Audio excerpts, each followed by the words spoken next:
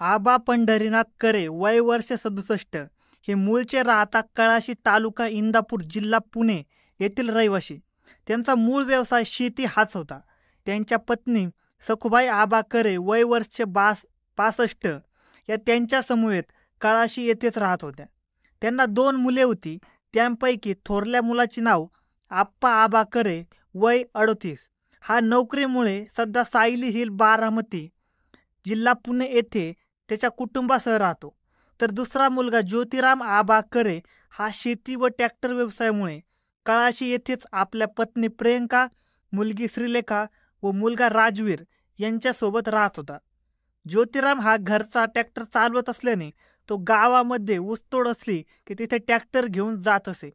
शेतीचे उत्पन्न व ट्रॅक्टरच्या मिळणाऱ्या पैशावर त्याच्या कुटुंबाचा उदरनिर्वाह चालू होता. ज्योतिरामला मिळणाऱ्या पैशातून आपल्या व आपल्या कुटुंबाला फिरण्यासाठी त्याने एक स्विफ्ट कार घेतली होती. तो अधूनमधून आपल्या मित्रांसोबत गाडी घेऊन बारामती, अकलूज, इंदापूर, पुणे येथे फिरण्यासाठी येत असायचा. एकंदरीत ज्योतिरामचे बऱ्यापैकी संसार गाडा चांगल्यापैकी सुरू होता. संसार म्हटले की पती पत्नी या दोघांमध्ये कधीकधी वादविवाद होत असतात. त्यामुळे कधीकधी महिला हे आपला पती घरी आला की कोणत्या ना कोणत्या कारणावरून भांडण करत असतात. अशाच अधूनमधून ज्योतिराम व त्याची पत्नी प्रियंका यांच्यात किरकोळ स्वरूपाचा वाद होत असे. प्रियंका कधी घराबाहेर जाताना आपला पती ज्योतिराम याला विचारत नसायची. त्यामुळे यांच्यात भांडणे होत असायची. घरामधील इतर मंडळींनी त्या दोघांना समजावून सांगितले होते, परंतु तेवढ्यापुरते ते दोघे भांडण थांबवायचे आणि दुसऱ्या दिवशी पुन्हा एनकेन कारणावरून भांडणे होत असायची. असे दिवसामागून दिवस चालले होते. दिनांक 28 जानेवारी 2025 दिवस होता.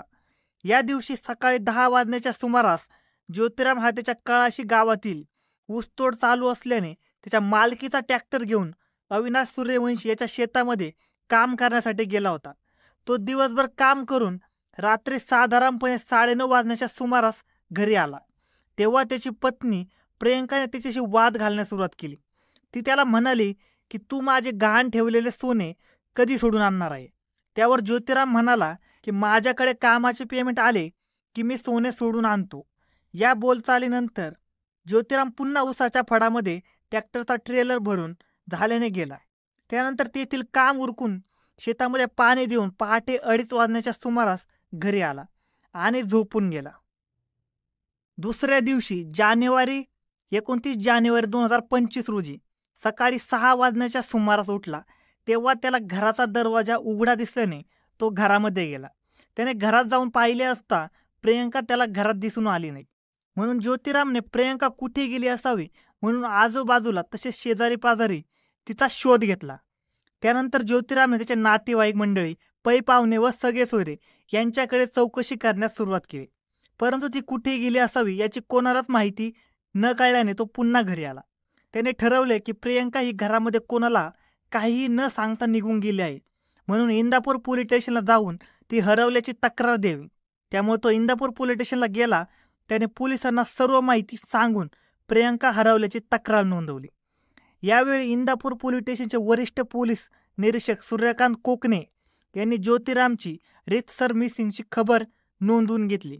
पोलिसांनी प्रियंकाचा शोध चालू केला. इंदापूर पोलिसांनी मिसिंग व्यक्ती प्रियंका हिच्या सासरच्या सर्व नातेवाईकांकडे चौकशी करण्यास सुरुवात केली. तसेच तिच्या माहेरच्या लोकांकडेही चौकशी करण्यात आली, परंतु त्यामधून काही माहिती मिळत नव्हती. म्हणून वरिष्ठ पोलीस निरीक्षक सूर्यकांत कोकणे यांनी मिसिंग व्यक्तीच्या तपास याद्या करून पूर्ण ग्रामीण पुणे शहर, पिंपरी आयुक्तालय, सातारा पोलीस मुख्यालय, सांगली पोलीस मुख्यालय यांच्याशी संपर्क साधला. तसेच प्रियंका वापरत असलेल्या मोबाईल नंबरवर काय लोकेशन मिळते याची माहिती घेण्यात आली. असे करता करता जवळ 2 महिन्यांचा कालावधी निघून गेला, तरी या मिसिंग प्रकरणाचा तपास पुढे सरकत नव्हता. मासिक मीटिंगमध्ये जिल्हा पोलीस अधीक्षक पंकज देशमुख यांनी इंदापूरचे वरिष्ठ पोलीस निरीक्षक सूर्यकांत कोकणे यांना मिसिंग बाबतची विचारणा केली. त्यानंतर स्वतः वरिष्ठ पोलीस निरीक्षक सूर्यकांत कोकणे यांनी या प्रकरणात लक्ष घातले. त्यांनी इंदापूर पोलीस स्टेशन व इतर अधिकारी, PSI दत्तात्रय लेंडवे व त्यांच्या सहकार्याच्याकडे मिसिंगचा पुढील तपास सोपवला. त्यानंतर पोलीस उपनिरीक्षक दत्तात्रय लेंडवे यांनी आपल्या सहकाऱ्यांना योग्य त्या सूचना दिल्या. पुढील तपासाची सुरुवात केली मार्च महिन्याच्या शेवटच्या आठवड्यात इंदापूरचे पोलीस उपनिरीक्षक दत्तात्रय लेंडवे यांनी मिसिंगच्या तपासाला सुरुवात केली. त्यांनी प्रियंका हिच्या माहेर सासरच्या सर्व नातेवाईक मंडळींना भेटून तपासाबाबत काही माहिती मिळते का याची माहिती घेतली. तसेच प्रियंका वापरत असलेल्या मोबाईल नंबरची CDR काढली. तसेच त्या दिवशी प्रियंका बेपत्ता झाली त्या दिवसाचे मोबाईल टॉवरची लोकेशन देखील काढले.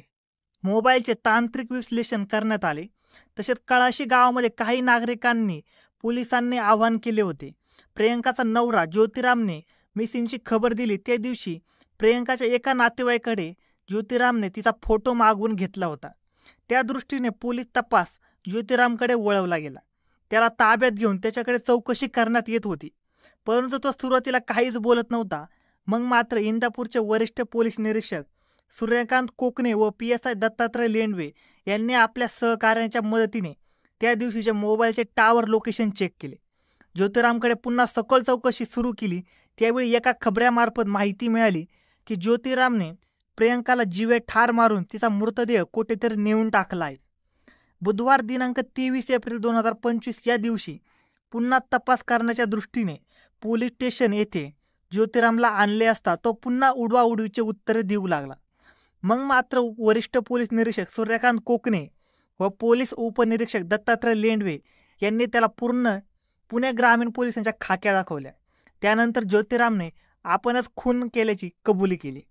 त्यावेळी त्यांनी सांगितले की दिनांक 27 जानेवारी 2025 रोजी 10 वाजण्याच्या सुमारास माझा मित्र दत्तात्रय शिवाजी गोलांडे राहता गोलांडे वस्ती इंदापूर असे आम्ही माझ्या घरी आलो.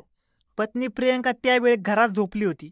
ती चांगली वागत नसल्यामुळे माझी गावात नातेवाईकांमध्ये जनमानसात बेईमानी होत असे. तसेच माझ्या पश्चात कोणाशी बोलते व पूर्वी तिचे भावकीमधील एका व्यक्तीसोबत प्रेमसंबंध देखील होते. या कारणावरून मी व माझा मित्र दत्तात्रय शिवाजी गोलांडे असे दोघांनी मिळून ठरवले की प्रियंकाला कायमचे संपवून टाकायचे. त्याच रात्री आम्ही दोघांनी ठरवून तिचा गळा दाबला व तिला जीवे ठार मारले. त्यानंतर प्रियंकाचा मृतदेह मी माझ्या स्विफ्ट गाडीमध्ये टाकून दत्तात्रय व रातोरात नाशिक जवळील नांदगाव तालुक्यातील टेकू गावच्या पुढे असलेला परदाडी घाटात गेलो. कठड्यावरून खाली जंगलात मृतदेह फेकून दिला. मी ऊसतोड व्यवसाय करत असल्याने तो भाग निर्मनुष्य असल्याचे मला माहिती होते.